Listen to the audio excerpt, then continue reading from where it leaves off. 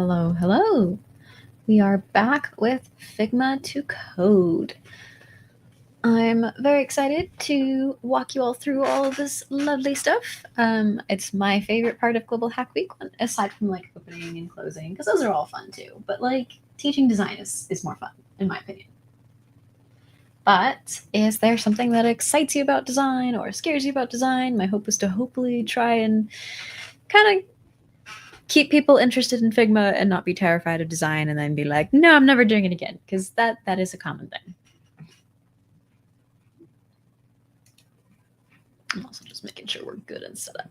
So with this workshop, while you're typing in chat, we're going to spend a little bit of time doing an explanation of what Figma is and what you can do with it and getting access to dev mode.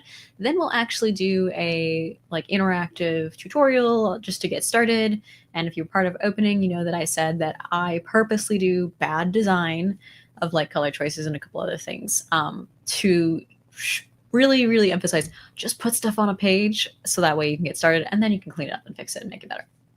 Depending on timing, we do only have an hour and I love questions. So definitely go ahead and give me questions. I'm happy to answer them. I may not know everything. If not, I will show you how I go and understand something that I don't know, or what I'll go Google or where I'll draw my conclusions from to help inform the answer, in the hopes that you'll also take away something from that.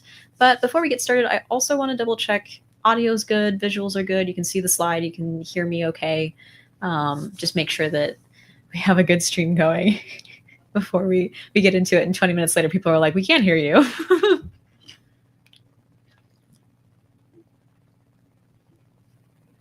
Radio silence is also fine, but I think there's a delay. All good. Awesome. All right, so last call. If you have not had a chance to check in, I'll paste that link again. Go ahead and do that so that way you can get your free live event check-in. The sooner you get that out of the way, the sooner you get all of your swag, bonus included. Looks like we had somebody who said that they spent a lot of time working on design for portfolios. Awesome, good to have those. After looking at a lot of different examples, seeing how you want to do that, I love that approach. Excellent. 10 out of 10 for you on that. That's actually exactly how I started doing my portfolio. I'm actually due for doing a whole redesign and everything, but I'm going to try it differently this time, where I'm like, I know what I like and I know what I don't like, but I also am like, I need this to not be clunky. So we're going back to the I need to figure out the coding bit a bit better. Using Blender for the first time. I have not yet used Blender for the very reason you're finding excruciating.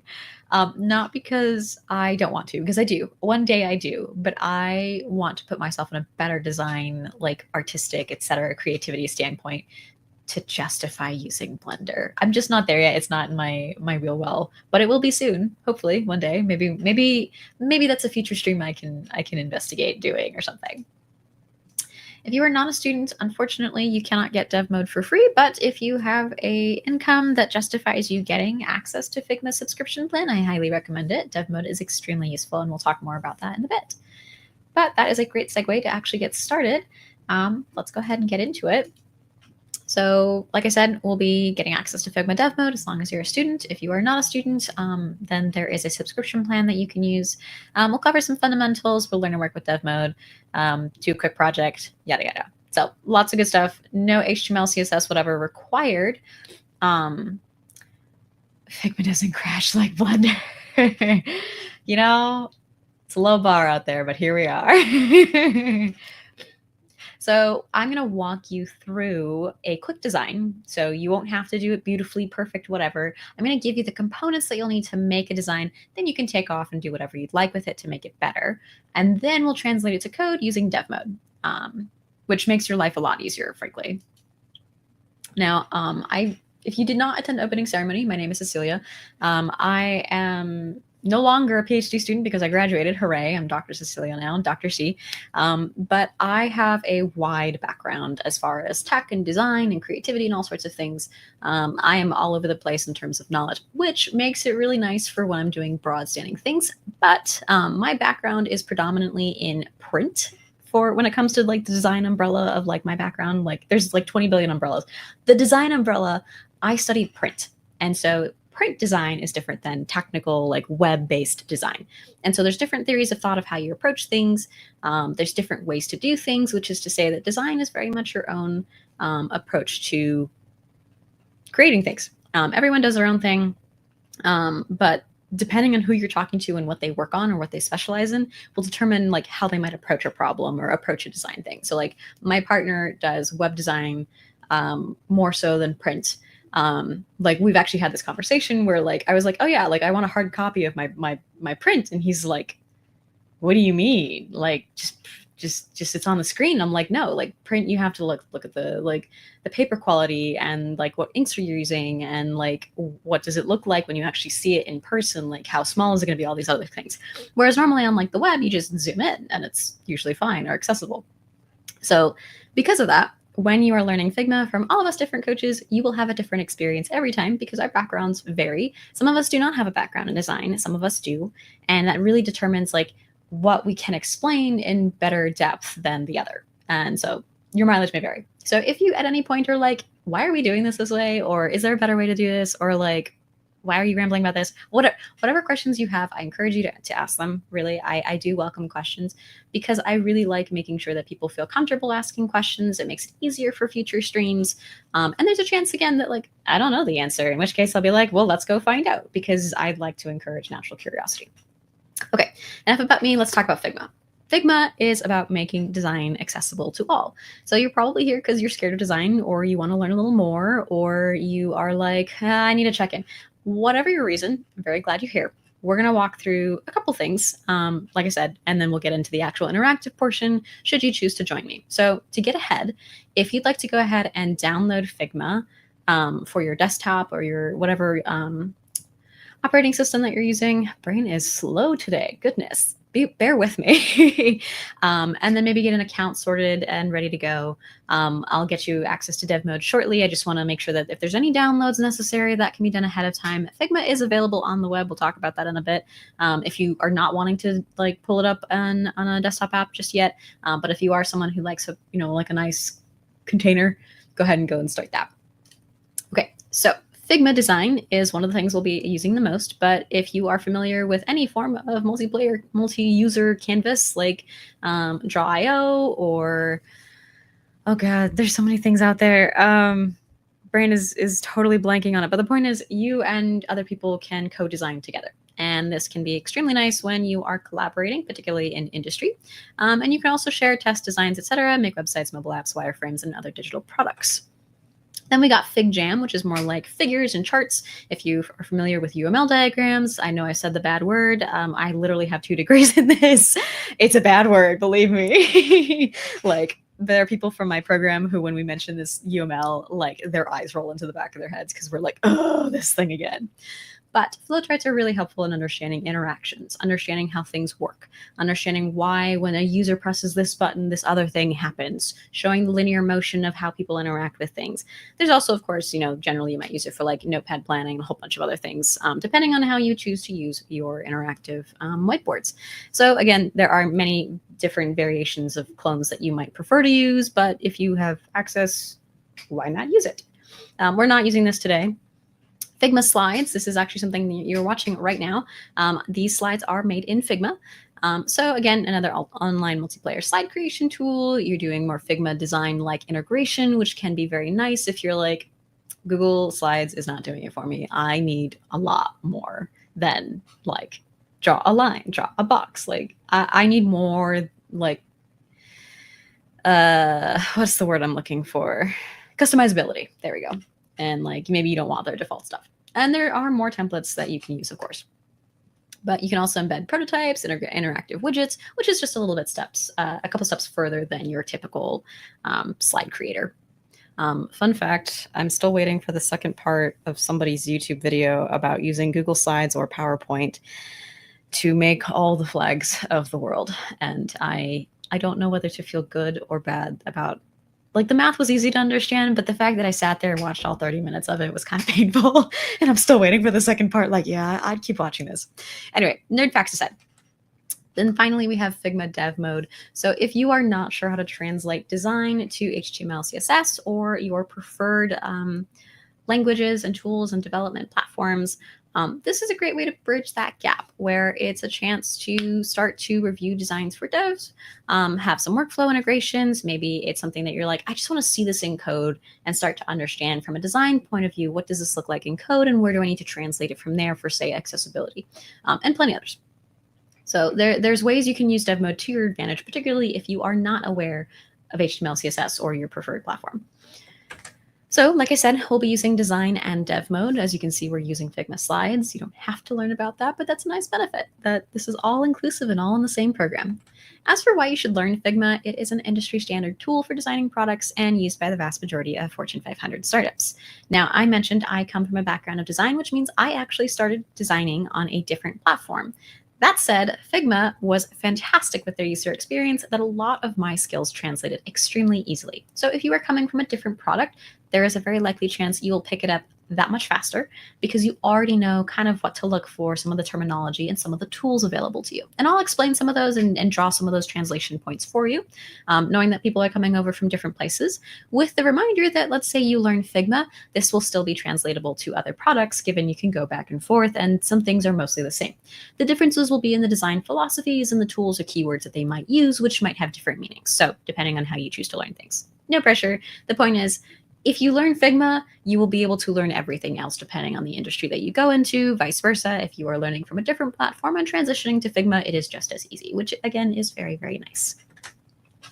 As for where we're getting started, we will not be using any of these specific systems, but this is a very nice feature that back in my day, because I can now say that I'm old enough, we did not have preloaded design kits back when I was using other platforms and programs. But Figma is really nice in offering you iOS and iPad OS like UI kits, which means you don't have to go and recreate that yourself. You just drag, drop, continue. You already know what the platform should look like. You can make it match really easily, and it just makes for a much more seamless integration for whatever you decide to create, whether it's a web design, mobile app, etc.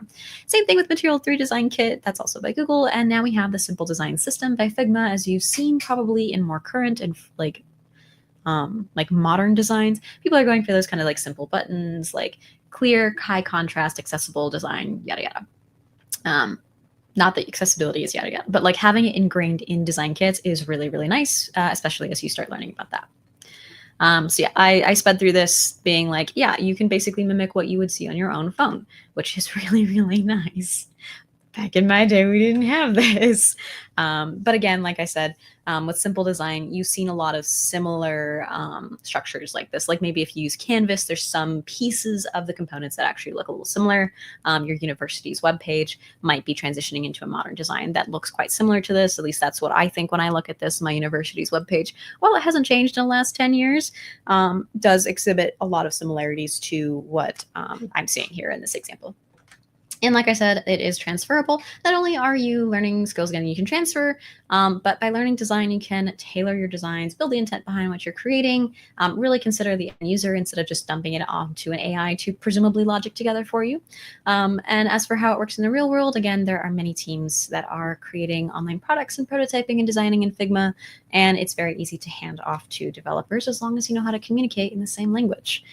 So again, even if you are coming from design or coming from programming or coming from a different program or whatever, there is chances and opportunities for you to gain the knowledge that you would need to talk with other stakeholders, with other people in the design process, or the overall product pipeline. There are many opportunities to benefit from that. Apparently, you can use Figma just about anywhere: Chrome, Firefox, Windows, Mac, mobile app, VS Code. You can use it in your browser, which is why I said if you're not comfortable downloading a desktop app, you can absolutely use it in your web browser. Just go ahead and sign up and make an account. You can use it on desktop and mobile. I'm using it on desktop. I have not tried it on mobile. And there are folks who are using it on VS Code as well as an extension. I've had a little bit of feedback. Originally, I think it was like an iPad that somebody tried it and wasn't the best, but like that kind of makes sense tablet wise. You don't have all the useful features of like a keyboard and like everything else you need. Maybe if you need a full keyboard and a mouse and whatnot. It's a little harder than that. I've certainly have done a couple things like on VS Code on my iPad that I'm like, oh, this hurts, just because I don't have access to my full keyboard and everything. With the VS Code extension, I've not heard feedback on that yet, but if anyone wants to drop that in chat, I'm happy to listen to your opinion, because I'm scared to try / haven't had the opportunity, but maybe that will change, because there's some new stuff we're going to talk about much later toward the end, that I think will be very interesting for y'all. Okay, so let's get you access to Dev Mode, where all you have to do is go to mlh.link/Figma. I'll go ahead and post that in chat. If you are an active student, you should be able to go ahead and apply. I do believe it should be fairly quick. If you are not a student, unfortunately, again, like I said, you can either pay for the subscription, or you can skip it for now. You don't have to have it. Dev Mode is something we'll do toward the end of this workshop. Again, my goal is to teach you design and how to use Figma and all that. Dev Mode is a nice benefit toward the end of the workshop of showing how you would translate your code, but it is not required. So don't feel like you're going to miss out on this workshop just because you don't get access to Dev Mode. Again, you could try it out for a month if you'd like. Just pay for 1 month and go from there and see if you like it enough to continue, or save for later. But if you are a student, you can get access to the education plan. While folks do that, I'm actually going to pause, because that takes like a minute or two to do the form.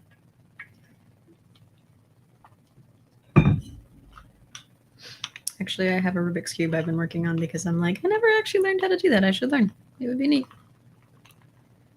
Always wanted to. Nice. Speedy. Good job. All right. I'll give it 1 more minute, since we have at least one person that is done. Specifically because we only have an hour. We have 40 minutes now, actually, less than that. Nice. Thank you so much for telling me you're done. I appreciate it. The reason we are going a little speedy through the explanation is mostly because I want the most amount of time to teach you design and yap about that. But also, we only, like I said, have 40 minutes left, and we have a lot to do. And I lost my train of thought. Oh, well, it wasn't important anyway. It's that kind of day. It really is that kind of day. Alrighty. I actually have a tool I'm going to try out because I'm curious, but I have not actually tried if it doesn't work without an actual organization email. You need to have some form of way to validate that you are part of an educational organization. So I cannot confirm this, because when I originally had Dev Mode, it was because I was a student, and of course I gave it my email, but I am no longer a student, and now I have access because I am partnered with MLH. But I think we pay for that. So I unfortunately cannot confirm this. You're welcome to try. Worst case you'll get is a no. Okay, let's get into Figma basics. I remember my point. I was going to say, if you feel like you are falling behind because of this sign-up process, you are always welcome to go watch the recording. You are always welcome to show up to, I believe Jocelyn is running the other Figma stream. So that way you can ask your follow-up question there if you would like, to their stream. You can look at past Figma streams. Chances are I may have answered it in a past stream if I don't get a chance to this time and you miss out or something like that. The recordings are there for you to use as you need, as you wish, as you think you might need. I mentioned that twice, A+me. You can also ask in Discord in case one of the community members know if it's after the fact. But yeah. Okay, Figma basics. I'm going to walk you through what Figma looks like without the distracting things, which as someone with ADHD, I'm sure that's almost too babyish, but whatever. So when you open Figma and you finally open a new file, you're going to have about 4 regions to work with. And so you'll see that you have this white block over here on the left, and then a white block over here on the right, and another whiter block, the toolbar on the bottom. So you have your 2 sidebars, and then you have your toolbar on the bottom, and that darker bit behind it is the canvas. So canvas is just assume where you're going to work. We're going to drop stuff. We're going to draw stuff, drop and draw specifically. And then things where you'll recolor, you'll resize, you'll change the margin, spacing, etc., all sorts of things. Anything you need to edit will be on the canvas.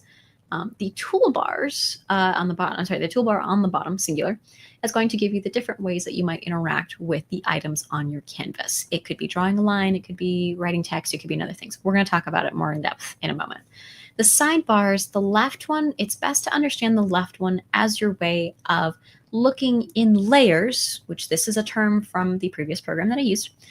Layers is helpful to understand what you're working on. If you have watched any speed painters or artists on YouTube, there's a chance you've seen that they've used layers a lot to, like, this is where they sketched it out, and this is where they started drawing the lines, and this is where they've started coloring and blending. And sometimes you have a few artists who are like, I was working on the wrong layer. And that's important too when it comes to design, that you work on the correct layer for the items that you are working on, just because it makes it easier when you're moving stuff around, grouping stuff, layering stuff, etc. Okay, the right side is going to be your properties. Anything you need to edit at any stage, for anything that can be edited, anything that has properties that can be changed, and it's more than you think, that's going to be on the right side. Anything, and I truly mean anything. So continuing on, your canvas, like I said, is your art space.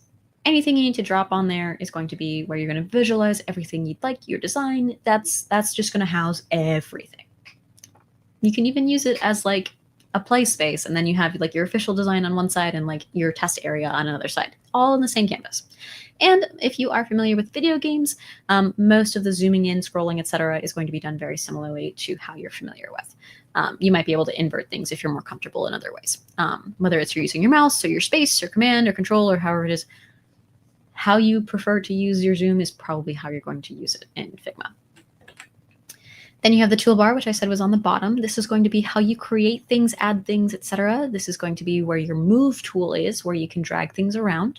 Your frame tool, which is going to be your containers. We'll talk more about frames in a moment and what they seem like.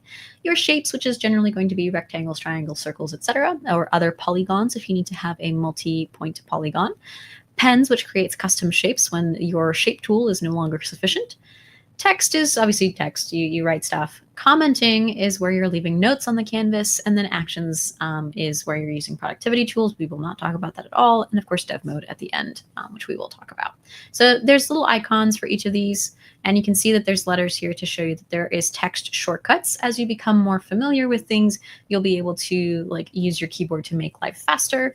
But if you don't have your keyboard, you might use the context menu for certain things, which we'll talk about in a moment, and a couple other things. But the toolbar is going to be your frequent home base. Either you're tapping the icons or you're tapping the letters on your keyboard. Now, the left sidebar gives access to layers, pages, and assets. So again, I mentioned layers as a way to organize things. Pages can be documents where maybe you have a mobile app and the next page is your web app or your iPad size things, and your next pages. There are different ways to use documents or pages. It's very much up to your design process and philosophy of how you'd like to organize things. Layers is arranging objects in relation to each other, is in fact Figma's definition.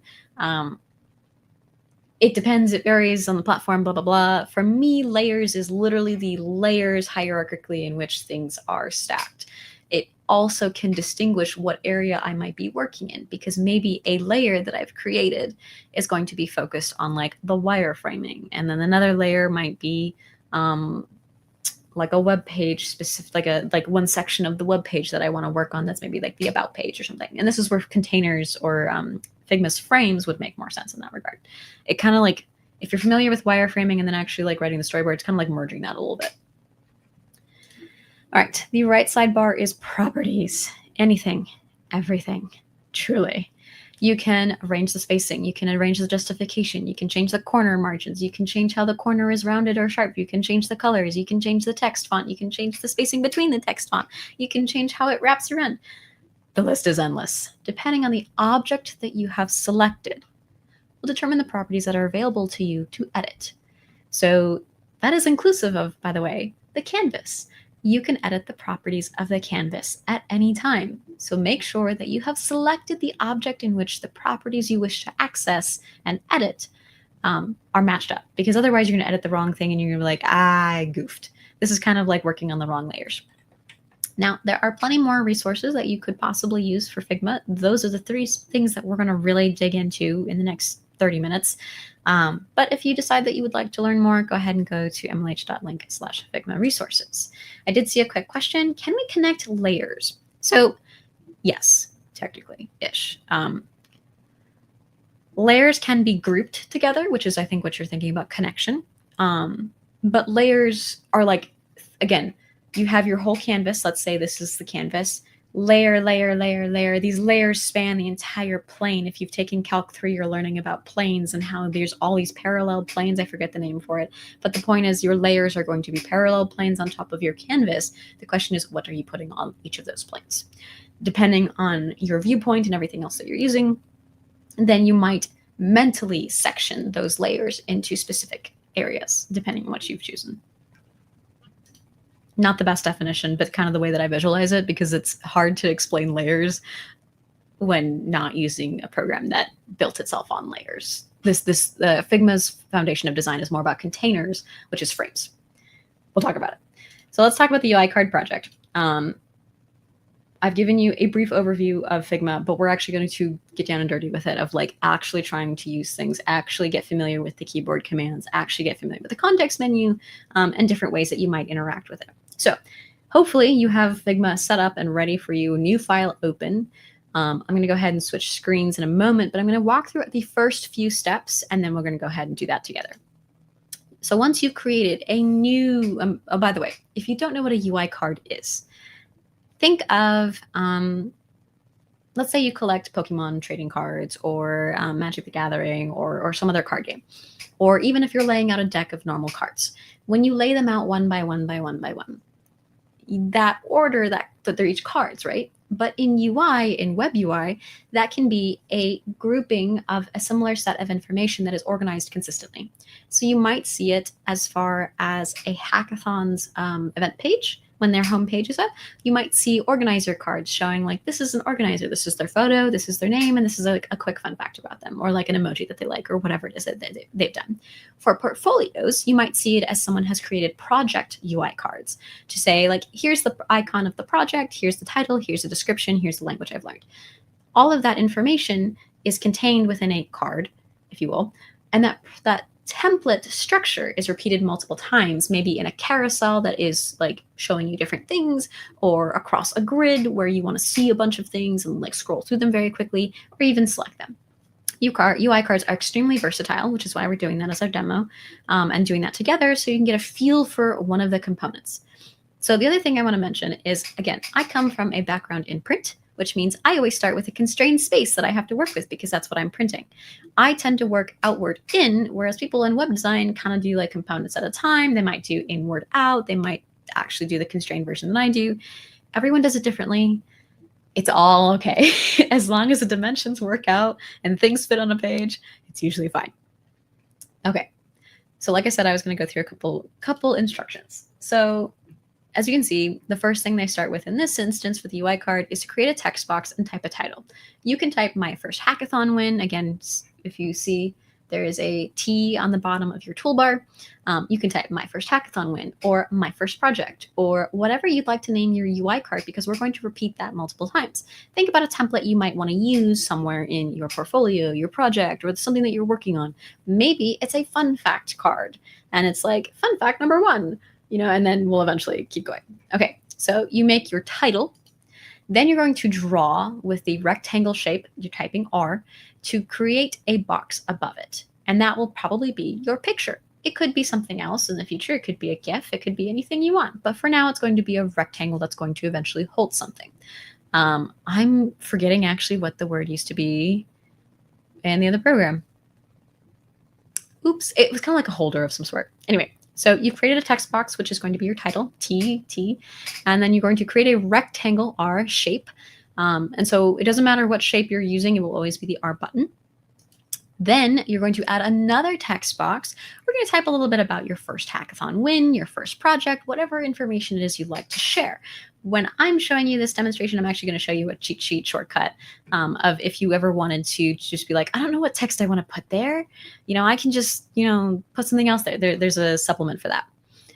Then we'll start editing the rectangle by inputting an image in that rectangle. So that way we can change that image to be something. It might be that we want a background color instead of an image. It might be that we want a GIF instead. All things are fine. We're going to upload a picture though, and I'm going to go ahead and show you how and the different options you can use. Okay. That is plenty of instruction for you. I zoomed through that. Like I said, we're going to walk through it. So let me go ahead and change my screen. Stop screen. Share screen. Window. Yeah, let me move this over and zoom that out. And there we go. And add that to stage. Cool. Okay. Do you need a student email? As long as you have proof that you are a student in a course, I think you should be fine. All right. So we have our empty Figma file open. Like I said, if you click on Canvas, you can actually change the color of your canvas. Maybe you want it to be red or brown or a different color. You can do anything you want. I'm going to go ahead and hit undo so it goes back to gray because that's neutral. And I mean, you can change anything as long as you selected it. But like I said, let's go through and follow these instructions. I went ahead and clicked the button T here on the bottom of the toolbar. I'm just going to click once and it will give me my first cursor. It's very small on your screen. I'll zoom in just a moment, but I'm going to put a title here. And let me zoom in. Okay, so I have my title. Maybe I might say, I don't really like that as a title. It's really small. Currently, it's 12 points. So you might not be able to see this. It's pretty small. Actually, maybe I can, well, maybe I want to make it 16 points instead. And maybe I also want to bold it. I can just Control B or Command B if you're using a Mac. Or I could have also gone to this drop down, and depending on the fonts that I have, I may have more bolds than others. Like some might just be plain bold. Some might have a semi-bold on top of the normal bold and extra bold. And I can see the preview. As you can see, it's changing as I'm flicking through the different options I have. And maybe I wanted to change the colors. See, there's all these options I could change. Play with that in your own time. We're running out of time. Okay. Next, we're going to go ahead and go back to the toolbar. You can type R or you can click that rectangle there. It will always be a rectangle, but if you ever want to change the shape, you can just click that little drop-down menu right there and you can change it to whatever you need. As I said, if it's a shape, it's probably going to be R. If it's going to be a line, blah, blah, blah. You'll still want to change it yourself, but you can see there's a couple shortcuts that you can use.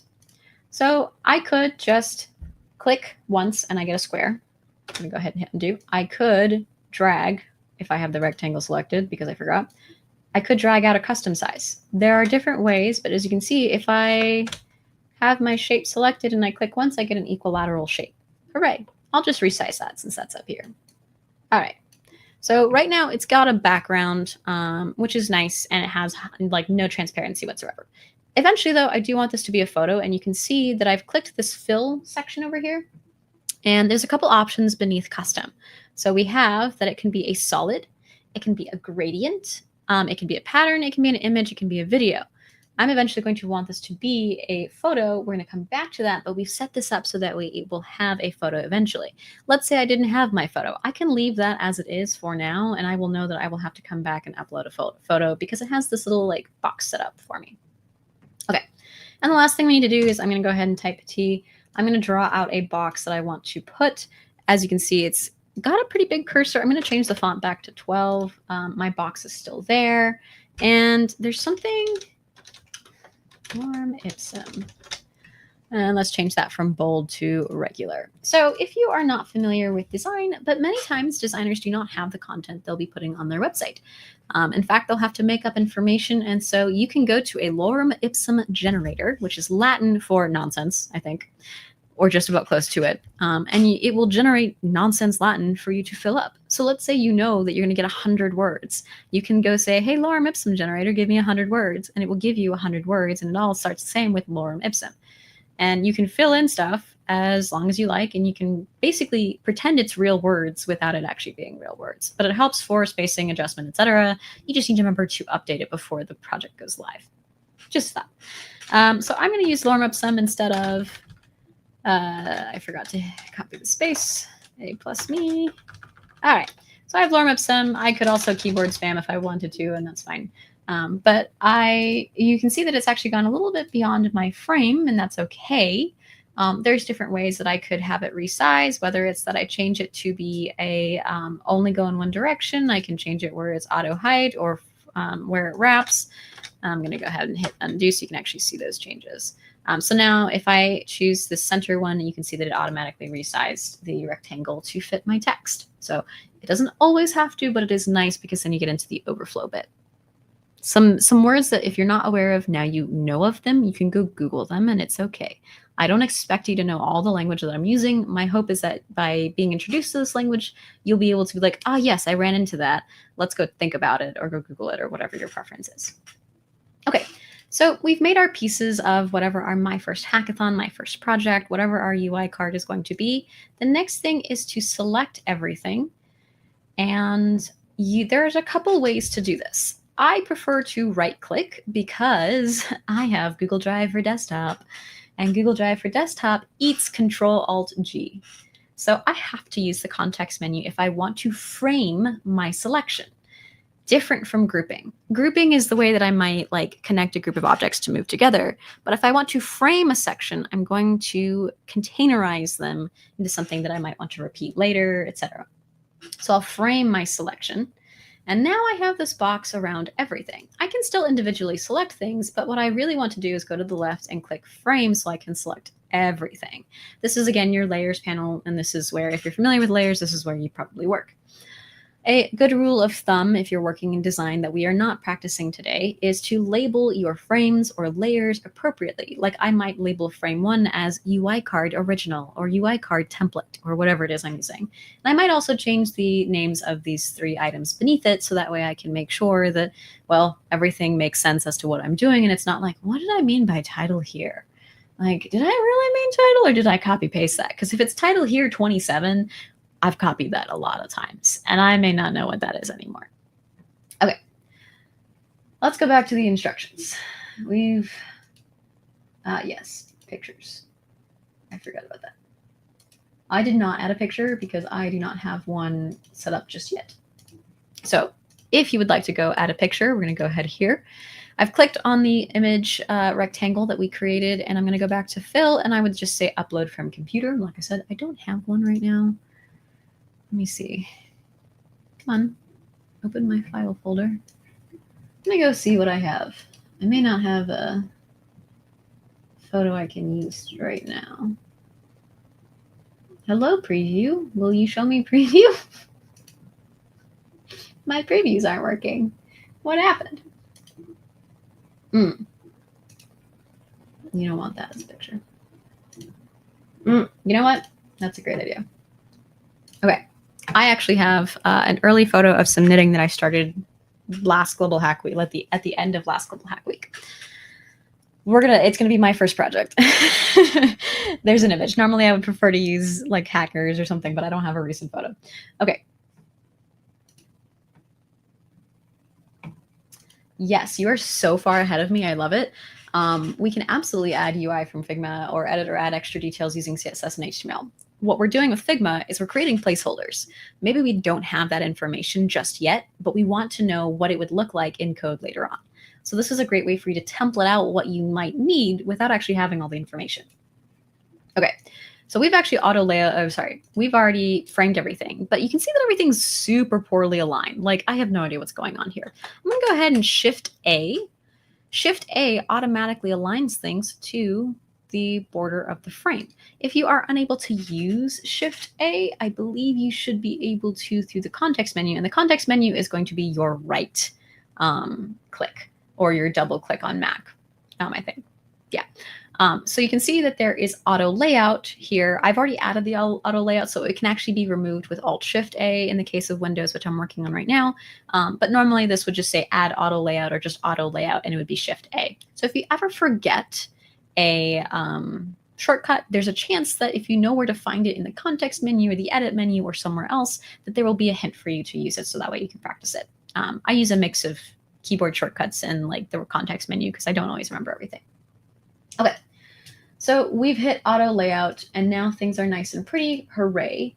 we need to change the structure a little bit more. We're going to change the alignment. So I've gone over here on the right. You can see that I have the frame selected and I can change what I've chosen. We're going to skip position and go straight to auto layout, the middle section. And we're going to change the alignment to the middle. Nothing really changes and that's okay. It really is okay. But actually I did the wrong one, I think. No, it's fine. For now, it doesn't matter. But the other thing I want to go to is sometimes I lose things in this because it's so small. Right. I want to add padding in both directions. So right now, this has 0 padding in either direction. And if you don't know what it is, the best way to figure out is to practice. So we're going to make 24 pixels of padding. And now if we look at the frame, we have this shaded area here where it's shrunk everything into the box. Okay? Margin is going to be the opposite. Margin is going to add space outside the box. If you're ever unsure, just fiddle with one of them and then you'd be like, ah, yes. Because as you saw, I don't always remember. That's okay. The next thing we're going to do is add another bit of padding, more pixels on either end. You can see it's looking pretty scratched. So I'm actually going to go ahead and like fix this resizing wise. You can see my pictures resizing. I can make it like spill over. I just want it to look a little nicer. So we're going to have a little bit of a wider UI card, and that's fine. And then you'll see that right now, I know that there's a frame here. I know that there's padding, but I can't tell anything about it. So we're going to go ahead and go to stroke, which is going to be our border. So by clicking that, I now automatically have a black border. I don't really like that. I told you I'm going to do bad design, so I'm going to pick the most garish color that's going to stand out. It's going to be red because I like red. It also stands out, but I like a good dark red. And I'm also going to change the corner radius. So we're going to go up a little bit to the appearance. And we're going to change corner radius to 16 pixels. Now we can see some of those changes we made. We have the original frame with those corners outlined, but now we have a nice border that's red, that's rounded. But we still kind of can't really see what's going on with the picture and some other stuff. So I'm going to also make sure that my frame is selected. And I want to go into fill and I want to give it a background color that I can actually see. So maybe I might give it like a black background, make the photo blend in. Maybe I want to do blue because again, I said I was going to do garish designs. Maybe it's purple. I like purple, but that makes me want to change the fill. Let's go change the stroke to something a little bit better because blue is going to go nicely with it. It'll blend in a little bit. We'll give it a dark blue. I said we were going to do bad, but the red and black just hurt a little bit too much. Okay, but the thing is I want to be able to see the text. Cool. As long as you have fun with it, that's really important. Okay, and I'm just moving to the next one. Okay. Now the fun part where we're going to make a giant frame. So I'm going to zoom out a bit so we can really see what we're about to do. We're going to select this. Remember frame was Shift A. Sorry, that was auto layout. My bad. To add a frame, there's another way you can do this. I didn't show you, but you can actually just go ahead and go to frame and then just drag it on top. And now we have a frame here. If you see the left, frame 1 is now nested within frame 2. And we already have the background on frame 2 of it being a white background. It looks like there's no stroke because there's no options here. As you can see, fill has a white background. So we can resize it as we like, we can do whatever we want. So we're going to go ahead and put that there. And once again, we're going to go ahead and do Shift A and it automatically resizes it for me, which that's really nice. But what if I wanted to keep that? We can always remove the auto layout. Totally fine. It is fine. And the other thing I want to do is go to alignment, change this alignment to top left.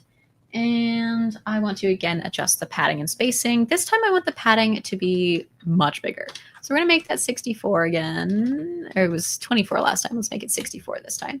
And now we've got more padding within our frame where this is now separated by things. Hooray. We like that. And maybe I want a bigger gap of, let's say, 32.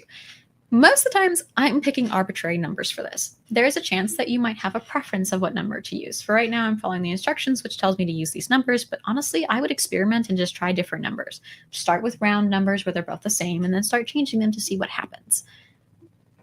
Again, all of design is experimentation. And then the last thing I want is to go to this flow bit beneath auto layout. We're moving a little bit upward here. So there's a couple different things you can do. You can do freeform auto layout for the flow. You can have it be vertical. You can have it be horizontal. You can have it be a grid, and you can even have it wrap.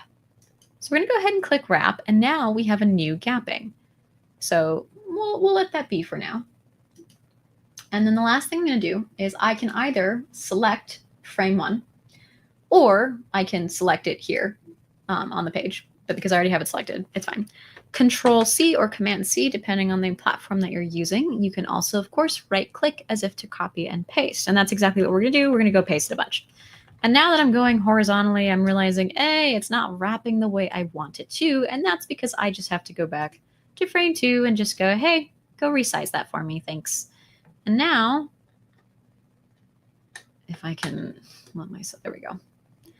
Now it's nicely adjusted for me where it is wrapping my UI card for me. And this is all the stuff we set up where we just have to resize it really quick.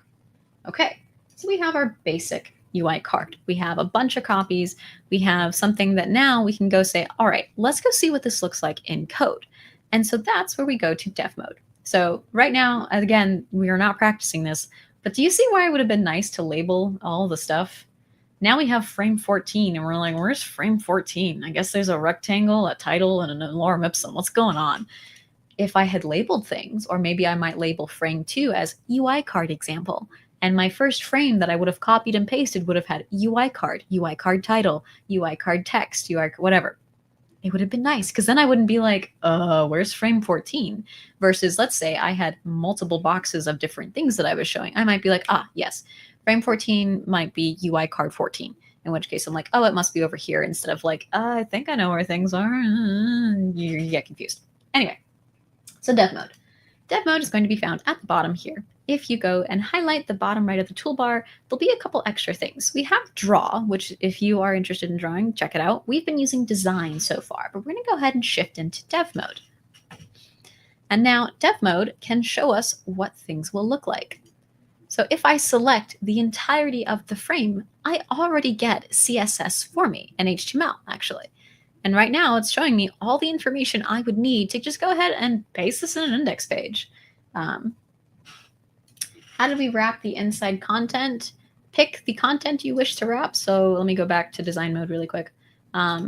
So if you go to, let's say you've selected frame 2 for me, as it's called frame 2, you go to auto layout on the right of the properties in the middle, and you go all the way to the end where there's like this little return arrow. You're going to click that. And then I resized this box after I pasted everything, so that way it would wrap the content the way I wanted it to. Okay. So there's some new stuff we're going to talk about in a moment. I know I'm running out of time, but remember how I talked about, hey, what if I don't know about margin or padding? This is actually something you can see in your inspect window. If you go to the right tab, you'll be able to see all the different text the pixels involved in creating your borders. So you can see I have a padding of 64 in my frame 2, and I have a content size of 1,108 by 868 pixels on the inside, which is going to tell me how big this area right here in white is that is filled with my content. We also have my background colors in hex. Hooray. We have my assets, which is my images. If I were to just copy paste my code, by the way, come on, show me my code. Thank you. If I were to copy paste my code, it would have no access to my photo because I haven't linked it anywhere unless I had already set it up for myself. I would have to go and add that myself because otherwise it will give me like an image not found and then just flip out. But you can see it's giving me HTML. I could change this at any time if I wanted it to just be CSS, where I'm like, hey, just tell me how I should format this. Give me a flex display, tell me how big things are, make sure things are aligned. Looks like it's already using wrap. Hooray, love that. But maybe I'm getting into mobile development and I actually want to use Swift UI or XML or something. I can go ahead and just copy paste this. Here's a little copy button. I can go paste it in Visual Studio Code or my preferred editor, and off we go. Okay, let's say you want to just do design in Figma, because you can do that now. That's the secret. I don't have this enabled, but if you have access to Dev Mode, you also have access to MCP. Figma has just recently, in the last month and a half, I think, maybe 2, released MCP Server and Figma Make, which is a great opportunity for you to do designing and coding within Figma, going back and forth at any time. Let's say if I had this set up, I would have shown you oh, go make me UI cards for crafting projects. I want to make a portfolio page about it. And maybe that would be my prompt. It would go ahead and spin up a version of something much better than this, I'm sure. Because again, I told you I would use mostly bad design just to make you feel better. Like it would spin it all up, it would put it all together for me. And then I can say, let's go back to the design board, bring it back here into Figma, like design, which, we're using right now. Maybe I would change the colors. Maybe I might change the spacing. Maybe I might change the content. Maybe I have pictures to upload. Maybe I have, I actually want to add in my logo or something like that. And then I can say, all right, let's go back to MCP server and have it go ahead and all right, now that we have this page, I want you to create an interactive where if I click on something, it will show me like a modal window that I want to find out more about the project. And it would be able to do that. I have seen it. I got to see a demo when I was at GitHub Universe. It was so cool. We developed a recipe app, or a grocery app. That's what it was. We were creating a grocery app with the demo that they had. And it was just really cool to go back and forth to know that you can go back and forth in design and in programming. Like maybe on the programming side, you're like, oh, I want it to include a filter based on the type of project. So there are so many possibilities. It does take a bit to set up though, which is why I'm not demoing it right now. But I'm going to leave you with the links that would help you out. So that way, if you are interested in setting it up and you have access, more power to you. We'd love to see what you create. So there's 2 links that I want to share with you that have an overview of how to set it up and how to get it working, depending on what your preferred MCP client is, etc. I'm pretty sure I'm not using the right words for that. But go ahead and check those out in your free time when you're available. We have pretty much finished the UI card project. Normally, I would show you how to open this in Visual Studio Code and a couple cheat sheets, but we're pretty much at time. So I want to take 2 minutes and see, are there any questions, comments, concerns? And I'm also going to go get that registration link one last time. So that way you can make sure that you've checked in just in case you didn't already. While I wait for questions. All right.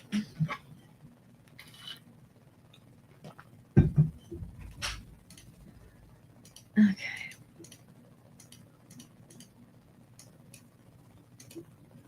Oh no, I reset my slides. That's okay. We were pretty much done. Yeah. So then the last thing is you don't have to open this all in Visual Studio Code. You could absolutely open it in Notepad or your preferred programmer and then just set up the file as normal and hit save as. But yeah. Final reminder to check in. Yes, that's right. One last thing. For the getting the application student dev mode or something, I'm pretty sure it's just take a photo so that way you can prove it. Because as long as you have dev mode, it should be available right here. You'll see it on the bottom. If you're not a student, you can just say that you're not a student, I think. I don't remember actually. And then one last thing before I forget, because I did forget, is let me make sure that this works. Does this take you?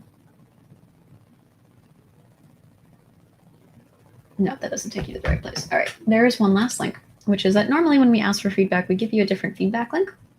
That said, we have a different feedback link for y'all this time around because we want feedback on Figma specifically. So feel free to give us some more information about how you enjoyed the workshop, how you enjoy working with Figma. Mostly it's about feedback on your experience with Figma. So if you are like, I haven't played enough with it to really devise an opinion yet, I have the tutorial now, I'm going to go play with it, go for it. But definitely highly recommend you fill out the survey because if you fill out the survey, there is a chance you might win a surprise prize. I don't know what that surprise prize is, unfortunately. I have no idea if it's Figma related or if it's an MLH prize. So Darth did not share that with me. He never does. So I have to wait until somebody gets it to be told what it was. Okay, we are basically at time. I'm going to go ahead and let y'all go. As for what's coming next, why is it like this? In 3 hours, you'll be joining Kari on your first ML model part 1. So go ahead and go take a break, go do a few easy challenges, hydrate, eat, all that stuff. If you're going to bed, have a great night. And looking forward to whatever future streams you might come up to. And I hope you enjoy the rest of Global Hack Week. Make sure to fill out that Figma survey and go ahead and join Kari later tonight if you are up for it. All right, y'all. have a good global hack week, and I hope it's been a pretty busy day one already. I'm glad that you have a 3-hour break so you can go like do anything else and like brain drain for a bit before you come back to learning. Cool. All right. See ya.